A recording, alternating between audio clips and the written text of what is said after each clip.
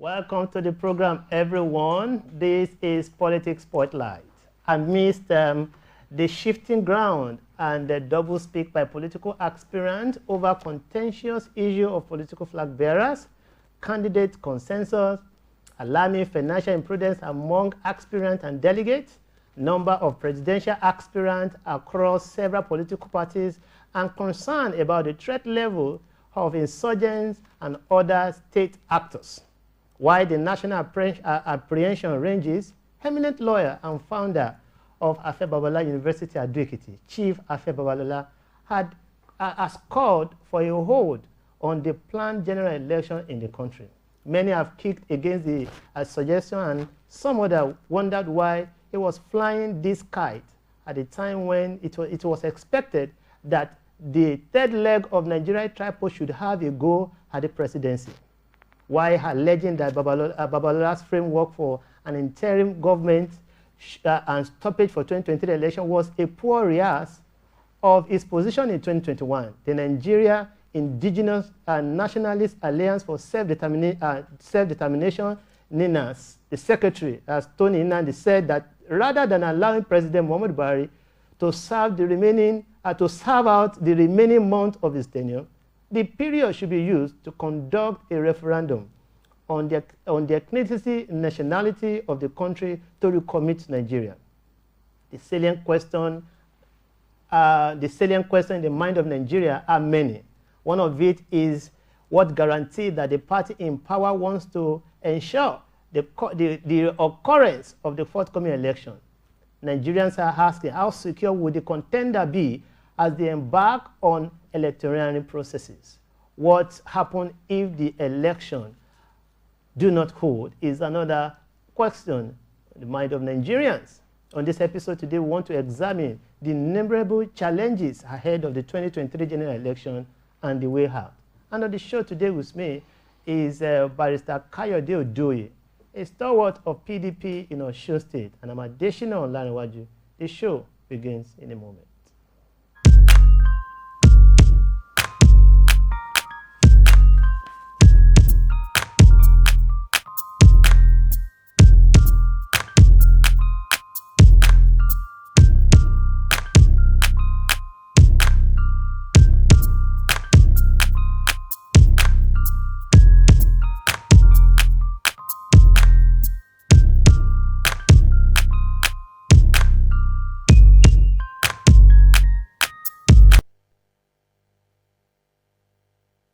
Politics Spotlight, and on this episode is with me Barrister Oduoye, is a stalwart of the PDP in Osun State. Welcome to the program, Barrister. Thank you so much. Now let's start this conversation with, are we sure, or do you sure, or what's your take on the current administration in power? What's your take on the current administration ensuring that there is going to be a peace and harmony electoral process come 2023? Well, thank you so much for this privilege and opportunity to engage ourselves, and particularly our viewing audience, Nigerians in the stake that concerns every one of us. I'm of a very strong opinion that for us to enjoy a lasting peaceful process, we need to engage ourselves as Nigerians. First, to understand that the present administration is there because Nigerians voted. And if Nigerians are voted, that means vote will count, vote to make sense. So we need to enlighten ourselves to know that to disengage this administration if we want to, which is the yearning of all Nigerians, we need to get out and vote. So, and for that to be a peaceful process, it's about us, not really about those in government. So, if we're educated and enlightened enough to know that the process must be peaceful, to disengage and engage another set of trusted hands that we're going to give our mandates to. So, we must, from one geopolitical zone to another, must educate and enlighten ourselves and agree that this process must be peaceful, this process must be orderly, so that we can then exercise our franchise. And our franchise can then give the mandate to the eventual winner of this. So it's about us Nigerians majorly. Would you say that Let me put across to you. Of course, I patiently went through the process of the PDP primaries that happened recently. Yeah. And one could say that it's peaceful. It was peaceful, rather. Quite well. Would you say that it was the vote, because you said votes count? Because a number of Nigerians now, to them, votes don't count in Nigeria. So would you say that, based on your contention now that vote count, would you say that it's such that played out the last PDP primaries, presidential primaries? Yes. The just concluded convention that we had that produced the presidential candidate for PDP, to the whole world, it was very peaceful, quite well organized as well. And I'll say to you, like we all saw, it was also free, it was also fair. The delegates were given the freedom to go elect the candidate of their choice. So if PDP can organize such a peaceful and a well-organized process like that of electing whom they want, and APC can also adopt same, and INEC can superintend over this process, and they ensure that we have a peaceful, a fair, and a just process, I think it will make Nigeria a better place. It's just a step forward going in the right direction. I'm going to quickly divert into the issue of INEC. The Electoral Act, as amended, justified that or stated that INEC, whatever thing they want to spend in terms of financial resources, they should be catered for about maybe 150 days or thereabout. 150 days. 150 days. Do you think the present administration has done that to the INEC to enhance the preparation for the forthcoming 2020 election? What, to be sincere, where we have found ourselves is more of a fire brigade and wishy-washy arrangement. Nigeria has not gotten out of that. And the simple reason is not because we don't have the laws, just like you cited. The laws are there, the guidelines are there, the regulations are there, but it's all about enforcement. And enforcement will only happen depending on the kind of leadership you have. And that's why the problem Nigeria has till this very moment is all about leadership.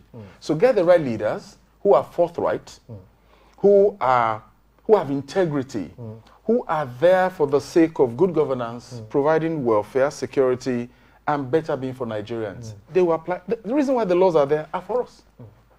So the laws, regulations, guidelines must be applied so that we can have a free and better society. Reasons why people complain that things are not done well is because they know there's a guideline, and you're not doing things according to the guideline. So when you do things according to the books, people will hardly complain. They hardly complain. So these are issues that we should look. Present administration not doing so much about. They are rather looking at ways of how they can bend the rules, or technically, so to say, avoid playing by the books. All right. Don't you think bending the rules, as far as 2023 general election is concerned, will take us back to the kind of experience or experiences we've had in past elections? Bending the rule, wanted to play the game, and don't you think is going to take us back? Because now we say we want to do things anew, want to do things in a different way. The INEC chairman of one state has been on this platform, and he told us that, of course, I was also part of that meeting when the INEC chairman told the Rex that he wanted them to do things differently as far as 2023 election is concerned, which he justified that past election there has been some imbalances, and he told them that he needed them to brace up to be able to correct those imbalances. So, what's your take on the recurrence of what has happened in time past, knowing fully well that there are certain individuals, certain political parties that are bending the rule at this time? It's about learning from the past. The reason why we're where we are right now today is because we have not learned from the past. We've not been able to correct the anomalies, the errors, misdemeanors that got us to where we are. It is nothing but sheer wickedness when these things are engaged. And if the rules are bent again now, it takes Nigeria several decades back into where we were before. We may never even recover from it. Nigeria is bleeding so badly now that if we've been crying we need a savior, God is answering the prayers, but we should manifest the answered prayers. We have the intellectual capacity, men with intellectual capacity, people endowed with human resources to be able to, it's just to manage what we have. And if you bend the rule further now, it kills Nigeria totally. So if we have learned from the past, nobody would dare further bend the rule. And Nigerians will arise. This is the truth.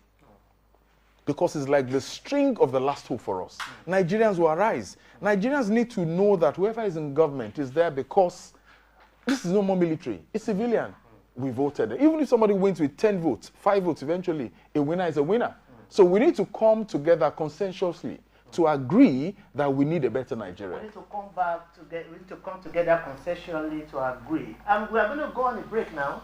But before we go on that break, I'm going to put it across to you. We will answer that question when we come up from the break. The presidential candidate who just won, who is the flag bearer of the PDP, yes, told us some time ago that the country is divided. Yeah. And then he said if elected, he's going to do it in a different way. But he never told us how he's going to bring about the division and unite us. So when we come back on this short break, you put answer to that question. It's still Politics Spotlight. Thank you. We're coming back shortly.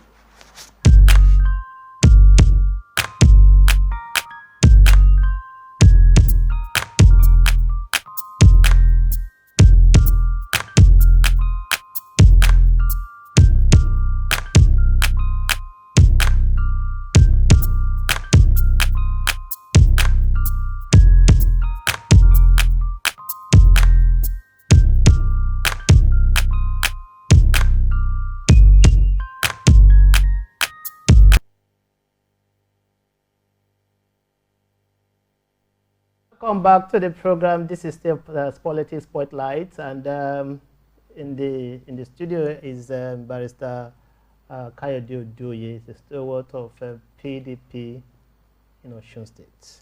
Before we go on that break, we're talking about your political flag bearer, Atiku, said that sometimes ago in Lagos, he said that he justified, he ascertained that the country is divided. Yes.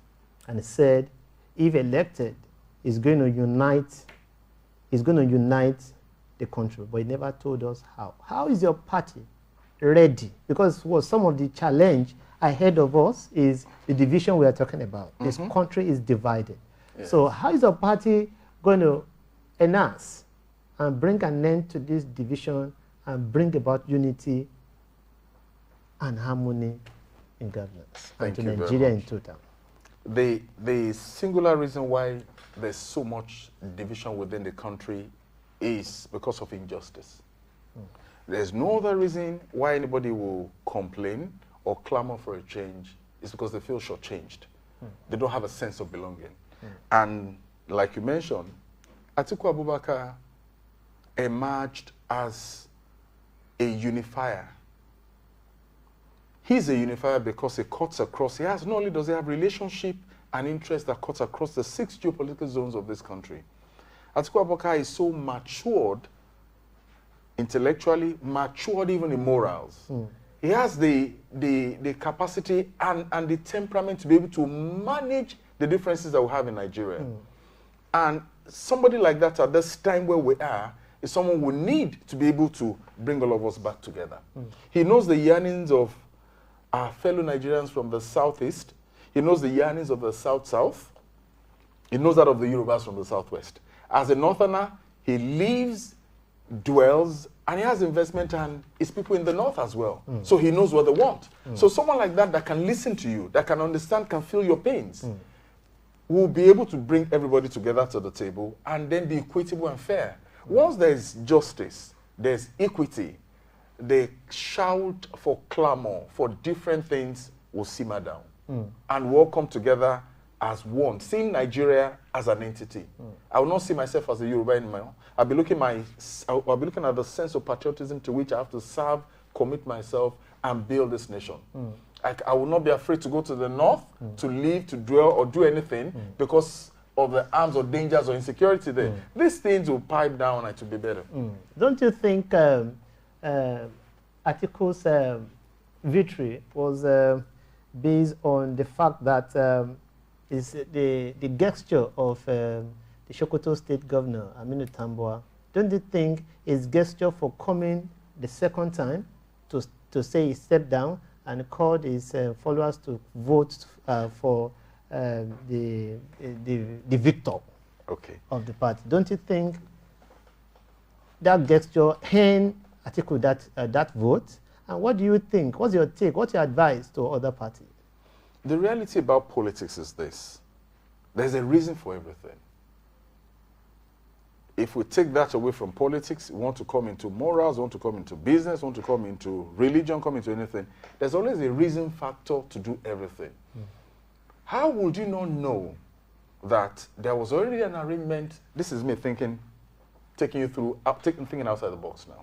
How would you not know that Tambuwal and Atiku had agreed that, look, it's all about a game. That's the intrigues of politics.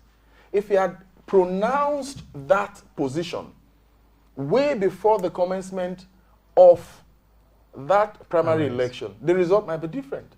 So it's all about intrigues. And he chose to throw in that joker at the last minute where he knows that the other contenders will not be able to sway. So it's all about intrigues. That's the beauty of politics. And you never can tell the delegates what to do. It's a decision. You're part of the delegates. I wasn't part of this last one, but I've been delegates all of national let's delegates talk about before. let's talk about the delegation of the last primaries. Okay. You of course. I was there. And you represent your state, Osun State. I was not a national delegate, but I was there. Okay, you were there. Okay, but then you voted. No, I did not vote. All right. So suddenly we just had that, we saw the presence of EFCC in the at the arena. At the arena. Yes. And the issue of financial imprudence also came up, and we heard that $15,000 was given. Can you justify to us the place of financial imprudence as far as the last primary, presidential primary is concerned? Honestly speaking, I was not part of. I didn't see any dollar. I'm speaking to you on national TV. I didn't see any dollar. Just like you said, you had hearing filters all over the place. Some even said $25,000. Some said $10,000. Some said, but there's a lot of sayings there and there. And then for the issue of EFCC coming to the arena, I think it's part of their response. They were not invited. I'm not sure if anybody invited them, but their presence. Should they be invited? I don't see any. It depends on the reasons. Is it constitutional for them to be, or is it constitutional for them to be invited, or they have the constitutional right to visit such gathering? Well, they can. Part of their responsibility is to be able to prevent, like you said, financial imprudence or inducement in any way. So their coming there didn't change anything. They were just there. They were not voters. They came in as observers to prevent. And I'm sure they did their duties well. And there was nobody that was apprehended or arrested for such financial impropriety. No. And nobody was induced. That was known to everybody. But you see, like I said, politics in Nigeria has been so much monetized. If anybody was going to be induced to do anything, I'm sure it was not going to be at the venue of the primaries. It must have been done. That's part of it. It must have been done way before they got there. And most of the voters that you saw that came to the primary convention ground came in there with a mind made up already where they were going to go. Except the very few that probably were indecisive until when they got to that point. But most delegates, before they left their states, they knew where they were going to cast their votes. So less money played role in the open place. Do you see that also playing out? Of course, SDP, Labour Party, they've done theirs. Yes. We've not heard about, I think SDP has also done theirs. SDP should, yeah. Then we are waiting in the next, tomorrow, APC will be doing theirs. Do you see such playing out in the APC presidential primaries? Where apart from, money, then delegates, they've decided on what to do from their state? Definitely. That is how this plays out. You don't take delegates like morons from their homes and bring them to the venue and then tell them this is where to go. No. The beauty of it is you must prepare ahead of time. If you fail to prepare, then you're preparing to fail. So most delegates are leaving their various states and constituencies. They know where they're going already. They would have been convinced by their warlords and stalwarts where to go. And most times when that is done, it's done on commitments, it's also done on morals, it's done on convictions, it's done on so many factors play out to decide where these things will swing. So we'll see what plays out at the APC's convention. All right. Talking about still on the issue of financial imprudency and eligible voters, you know, based on the current economy, it's even hard for some people to, you know, to have a 3-square meal. And now that a particular candidate approached them and say, don't worry, give me your PVC, or vote, do this, we're going to do this, as usual. What's your take and what's your advice or call on Nigerians on financial or gift or promises inducement? We need to apprehend this. This must stop. If it is not stopped now, if it is not apprehended, things won't get better. Yes, I agree, there's a lot of poverty in the land. But inducement is not the solution to the poverty. It's just an enhancement to deepen our level of poverty further. And the reason why this pervades everywhere is because of pure nothing but ungodliness. We have leaders who don't fear God, who get into power and then impoverish the people and drag them further into enriched, what I call enriched poverty. You know, you can be rich in poverty, and some can also be poor in poverty. So these are the things playing out. So we need a set of leadership that will give us a different narrative. We've lost out on morals, we've lost out on values. Everything to us is just materialism, money, wealth, and all that. And that's why the country is collapsing. We're worshiping the god of money, Mammon. And no country is built on that. Don't forget that your presidential flag bearer is wealthy, and he has this thing we are talking about. Like I said, it is not about the personality now. It's about the values this country carries. And this change will not start from anywhere but from the top. And what we have playing out now, even from our homes. Look at cases where you have kids who come home, they bring in very expensive phones. They don't have any job. They don't have any work. They don't have any preoccupation. Their parents, their families celebrate them for coming home with expensive things they can't afford. Even the parents can't afford that. The parents rather want to see their children being celebrated as being arrived. So we're losing the values. The values are broken down from homes. People in these homes are the ones in churches and mosques and different worship centers. And even the churches and mosques and all that also worship money. Why will government not be bad? I'm going to cut it. People in government are the product of this society. How is the religious body more important than the church? Yes. How are they celebrating the place of money or the place of inducement as far as election or electoral process is concerned? And what's your call on churches as much as far as we prepare for 2023 general election? With sincere respect and due apologies to our general overseers, they have a lot more to play, a lot more role to play in this. Their roles as fathers, they have to be more fatherly now. They have to watch over us who are children, what we go out there to do. We shouldn't come to church and be celebrated for bringing testimonies that don't have backgrounds. Substance. You don't go outside and make some unexplainable money and come and pay tithes and bring offerings and respect and worship our leaders and zip their mouth. The moment you're doing that, other members of the pew are taking the cue. That's why you have so much yahoos in the church. They just come and drop money. They say, Daddy, come and pray over this car. Come and launch. Where did you make this money? How come at your age, in your 20s, you are being celebrated as a millionaire? What did you do? This thing is a process. So that's why I said our fathers must be more fatherly now. When they are more fatherly, they will understand that we who are children to them, we're the future they are looking at ahead. And if this future is destroyed from where we in their own side, while they are alive now, there's nothing to tell about what they have done. All their legacies or whatever the thing they've done will go down the drain flushed. Goodbye. So if our fathers arise and be more fatherly, then their roles in our lives will have the quantum of value that it should have. They will produce us as children, as leaders of tomorrow.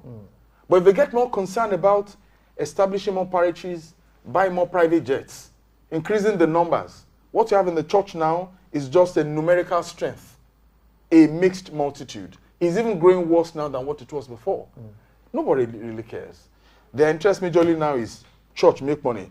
Pastor, daddy, general overseers, they have access to governor. They are the ones governors are calling to pray for. Nobody cares. The values are lost.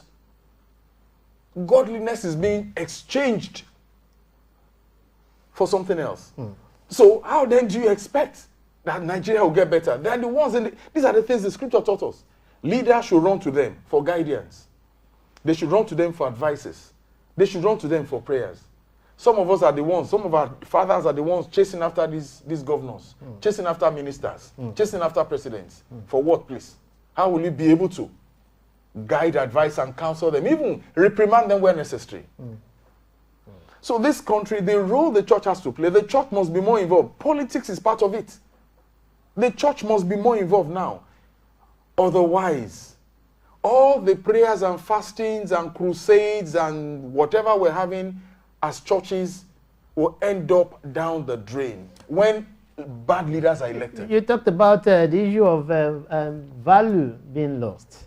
How can this value be restored by the church fathers? And let me link this one with it. Do you think your presidential flag bearer will need the church? Atiku Abubakar, these are two questions in one. Let me take from the later and come back to the former. Atiku Abubakar is a detribalized Nigerian. He's not a religious bigot. The person I know, I've related with him. I'm not just canvassing. Of all the lots, where we are right now is the key.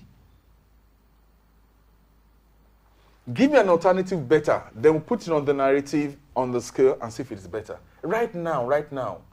After now, we may have a better candidate, better than him, but as we speak right now, he seemed to be the only one visibly present, mind my words, visibly present in the political scenario where we are now, that can help Nigeria get back to the track. I'm not saying he holds the magic wand to turn around things overnight, but he's going to steer the ship of this country back to the right course. It's going to give us that sense of unity that makes all of us more patriotic to that entity called Nigeria than being individualistic or tribalistic or being... So that is the kind of personality he is.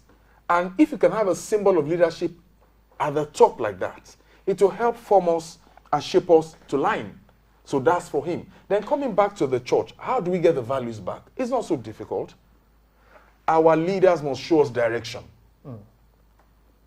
Let us stop all these money bags being celebrated. The scripture is clear. Even when a rich man comes to the church, give him a seat. He doesn't say, come and put him in front and let everybody begin to worship that. All right. So the values are in the scriptures. Teach the raw power. It has not left. The powers of old, the powers of the prophets, the same gods of the prophet is still there. Preach the raw power in the church. And let us know that there's power in that word. All right, thank you so much. We'll be coasting on soon. But the take of Chief Afe Babalola, as he did in 2021, and the response Tony Nandi gave him in terms of establishing a referendum for us to look at it. What's the take, or what's your take on the call that the election should be put on hold? And Tony Nandi said that instead of we putting election on hold, let President Muhammadu Buhari use the remaining of his tenure to conduct a referendum. What's your take on that? Candidly speaking, what Baba Afe Babalola posted out as his personal opinion and advice to the present administration, government, and Nigerians sounds quite laudable, but it is not practicable anymore because we are close to the edge of the election. These are things that requires planning. Why? Our constitution does not allow for that vacuum. There will be a vacuum. And don't forget that our constitution also enables the sitting government, or whatever government that comes in place, a term fixative in years. So if you cut it short now, that's unconstitutional. So we need to go back. There are so many things wrong, even with our constitution. So we need to go back to plan properly. If you want a referendum now, are you saying after the end of this particular administration, we'll create a vacuum? Who stands in place? Is it the Senate president whose term will also have expired by the time of the, it's not provided for. These things are not enough. So we need to ensure that we start these corrections from a place. You can't bring a solution to a problem that is already decaying. Let's get to the genesis of it, and then we'll take care of it. Let's talk about the issue of insecurity too. Yes. It seems the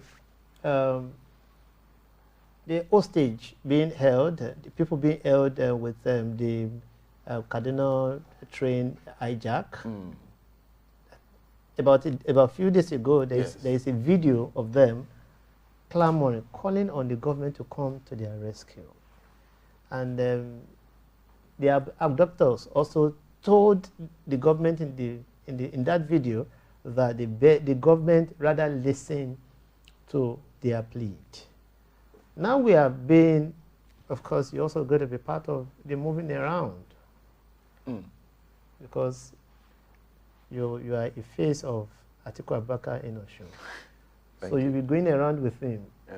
How ensure is the security of contenders and their followers as far as the state of the state of insecurity is in the country today? There's no shine about it, and there's no denying the facts that is facing everybody in the face, that Nigeria is very insecure as it is right now. But that does not mean that we will not fight for a new and a better Nigeria. And that involves risk. There's no line about it. There's no success that does not bring its pain, its risk, and its sacrifice. These are part of why the scripture says you count the cost before embarking on it. It's part of the risk. Asking that there should be a better Nigeria is not for my home alone. It's not for me, myself alone. It's not for my family. It's because we know that if things had been corrected, we will not be where we are right now. So, living with risk is part of life. Nothing guarantees you. You can leave your bedroom and want to go into the room, into your bathroom, and you sleep. Not because the devil was waiting for you there. It's still part of the risk of life. Leaving the church, heading back home, there are so many deaths and incidences that happen all over from here to there. The reason why this is so pronounced is because it has escalated. And Nigeria is seeing this in a different dimension that we've never seen before. And the reason why this is being so much all over the place is because there's proliferation of arms all over everywhere. This kidnapping has been commercialized. They've commercialized it. So even people with small arms or people with no arms at all come around, kidnap people, and they want a ransom on the people they've kidnapped. So that's part of the insecurity. Government has a role to play. We as individuals, as Nigerians, must also understand that we also have a role to play. Some Nigerians are the ones giving information about your lifestyle and how you live and what to do to others to come and kidnap you. You've seen cases. So people are becoming victims of themselves. So the only solution to this where we are right now... Whichever case is the role of the government. Very key. To secure the lives and properties of its citizens. Yes, that is very key. This government seems not to have the understanding of the quantum of the problems in the country.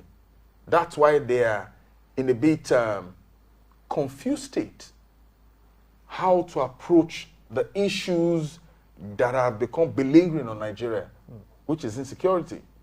If they knew when they came in, they made so much promises. One of the top promises on their agenda was security. And constitutionally, it's part of the role of any government. And they have failed in this. All right, thank you so much. In 1 minute, I want you to give your word of advice to, more importantly, voters, more importantly, politicians and political party as we face 2023 and the numerous challenges ahead of us? Well, for me, I want to thank the listening audience for this opportunity to be able to speak to us concerning 2023 as we approach another electionary calendar year. This is the only opportunity you have to get things right in Nigeria. This is the only opportunity you have to let your voice be heard. And this is the only opportunity you have to lay the foundation for a better Nigeria ahead of all of us. Not only for yourselves, not only for your coming children, but to write the history of this country for a glorious and a better day. So I appeal to all voters from the age of 18 and above to please come out and cast your vote. Not only for PDP, but remembering that you're casting your vote for a better Nigeria and for a more conducive environment for us all to live in. We should stop running away from the country, relocating, migrating to other countries. Nigeria has what most other countries don't have, in abundance. Leadership has been the problem. Leadership has been a problem. Let us go forth, go out, and vote the right leader for a better country. And the church will arise this time around. Beyond praying, get involved in the process as well. Thank you so much. Thank you so much for joining us on the program. You've had it. You are casting your vote for a better country. On this line, we're going to put an end to this episode. But don't forget, like I usually tell us or ask us, are you a commercial, controlled, or conscious voter? Let this be a reminder to you. Until when I meet with you again on this episode, it is Politics Spotlight. God bless Nigeria.